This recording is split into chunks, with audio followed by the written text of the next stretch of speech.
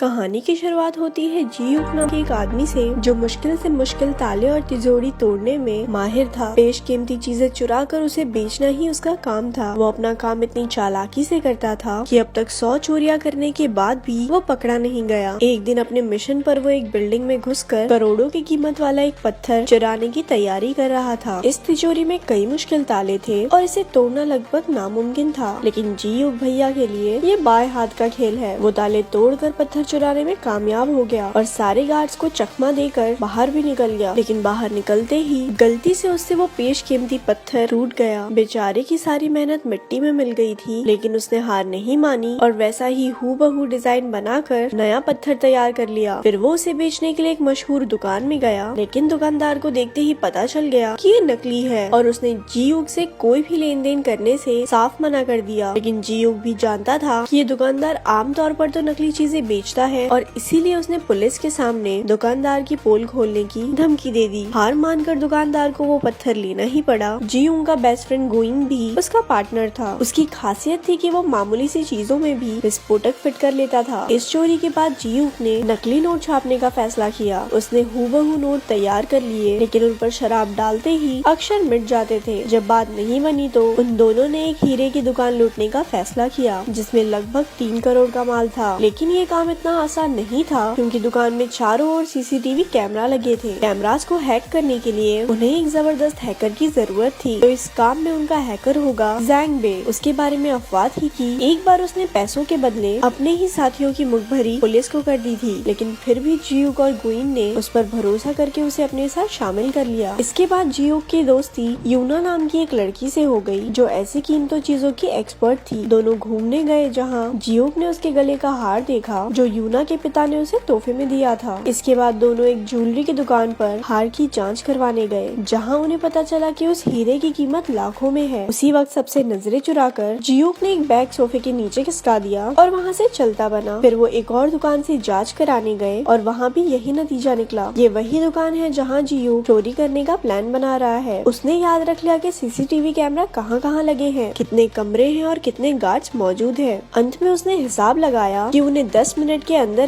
ये चोरी पूरी करनी होगी। चोरी वाले दिन यूक जो बैग दुकान में छोड़कर गया था, उसमें विस्फोट हो गया, जिससे सारे गार्ड्स का ध्यान भटक गया। उसी वक्त सैंग बे ने अपने शातिर दिमाग से सारे सीसीटीवी कैमरास हैक कर लिए ताकि जीयूक और गुइन अंदर जा सके। उसने अलार्म सिस्टम भी बंद कर दिया, जिससे तिजोरी को हाथ लगाने पर गार्ड्स को बिल्कुल पता न चले। लेकिन जितना टाइम उन्होंने सोचा था, गार्ड्स तो उससे पहले ही लौट आए और गुइन ने उनकी गाड़ी का शीशा तोड़कर उनका ध्यान भटकाए रखा। उधर जीयूक तिजोरी से सारे हीरे चुरा कर फरार हो गया। बाद में तीनों ने मिलकर जम के जश्न मनाया। अगले दिन हीरो के मालिक चो को चोरी की खबर मिली तो वो आग बबूला हो गया, लेकिन वो इन चोरों की काबिलियत से इम्प्रेस भी हो गया कि इतनी कड़ी सिक्योरिटी में से भी हीरो पर हाथ साफ कर गए। जो असल में एक करोड़पति बिजनेसमैन और एक गैंगस्टर था, जिसने न जाने कितने लोगों का खून किया था। वो खुद भी एक बड़ी चोरी की तैयारी कर रहा था और इसीलिए उसे ऐसे ही शातिर चोरों की तलाश थी। उसने कई किडनैपर्स और ताला तोड़ने वालों को टेस्ट किया, लेकिन कोई भी उसके काम के लायक नहीं था। लेकिन अब वो समझ गया था कि जिन चोरों ने इस चोरी को अंजाम दिया है, वो उसके काम में बिल्कुल सही बैठेंगे। इसीलिए उसने अपने सारे आदमियों को इन चोरों को ढूंढने में लगा दिया। अगले कुछ दिनों तक उसके आदमियों ने हर हीरे के दुकान पर नजर रखी और जल्द ही उन्हें जीयूक और उसके ठिकाने का पता चल गया। चो ने उन तीनों से मुलाकात की और अपने चोरी में हिस्सेदार बनाने के लिए उन्हें 5% कमीशन देने का वादा किया। वैसे इनके पास ज्यादा चॉइस है नहीं, क्योंकि इन्होंने अगर मना किया तो चो इनके पूरे परिवार को मार डालेगा। आखिरकार जीयूक मान गया और चो ने उन्हें बताया कि लगभग 150 करोड़ का काला धन शिप के जरिए कोरिया में आने वाला है। जहाँ ये शिप आकर रुकेगी, वहाँ दुनिया का सबसे तगड़ा सिक्योरिटी सिस्टम है। इसके लिए चो ने उन्हें फूड कूपन्स दिए। चो चाहता है कि वो तीनों इन फूड कूपन्स का इस्तेमाल करके इस चोरी को अंजाम दे। इसके बाद जीयूक ने प्लान बनाना शुरू कर दिया, क्योंकि ये उसकी आज तक की सबसे बड़ी चोरी होने वाली थी। उधर चो ने सैंग बे को अलग से बुलाकर उसे ज्यादा पैसा देने का वादा किया ताकि वो जीयूक और गुइन पे नजर रखे, क्योंकि आखिर कोई चोरों पे भरोसा करे तो करे कैसे। उधर पुलिस अभी भी हीरो के चोर को ढूंढ रही थी। उन्होंने सीसीटीवी फुटेज में देखा कि जीयूक ने ही वो बैग दुकान में रखा था। वो उसका पता ढूंढकर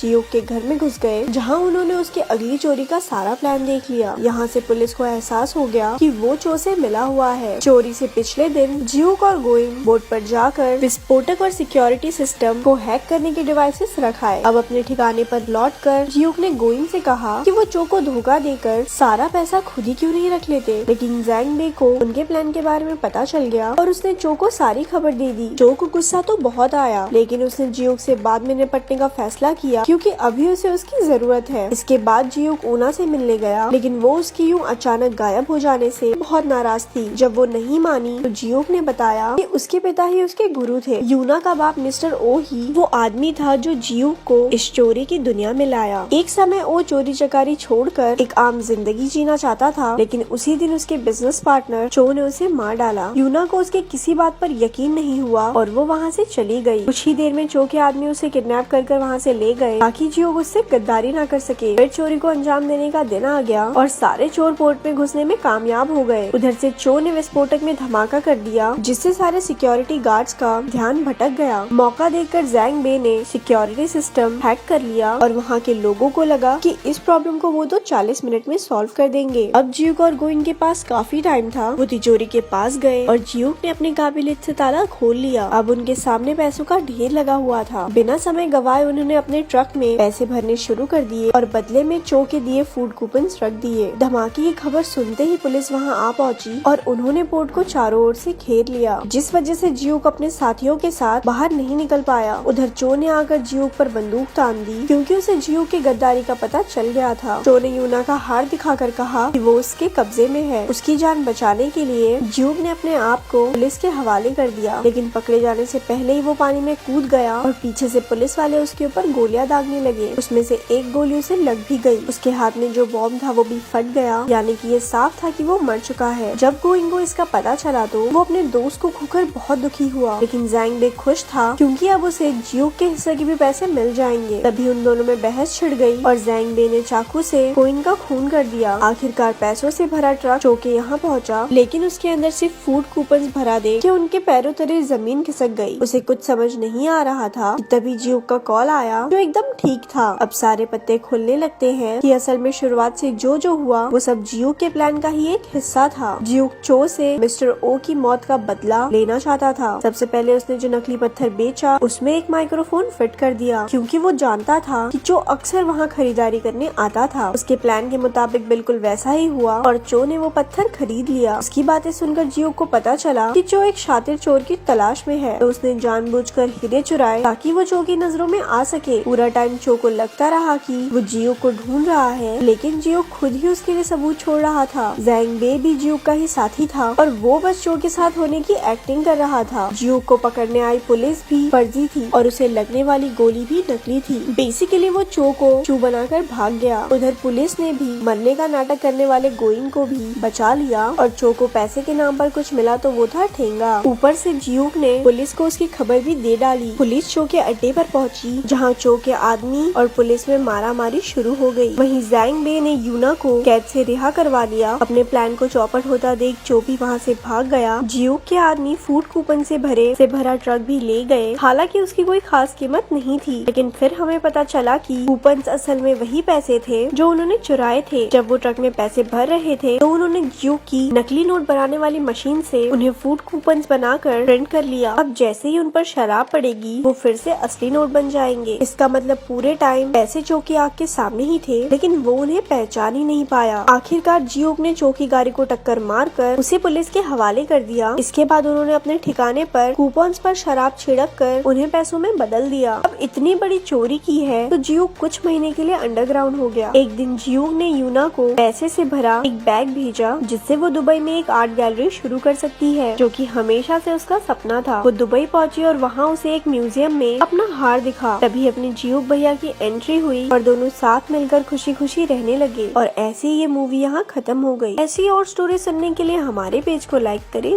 धन्यवाद।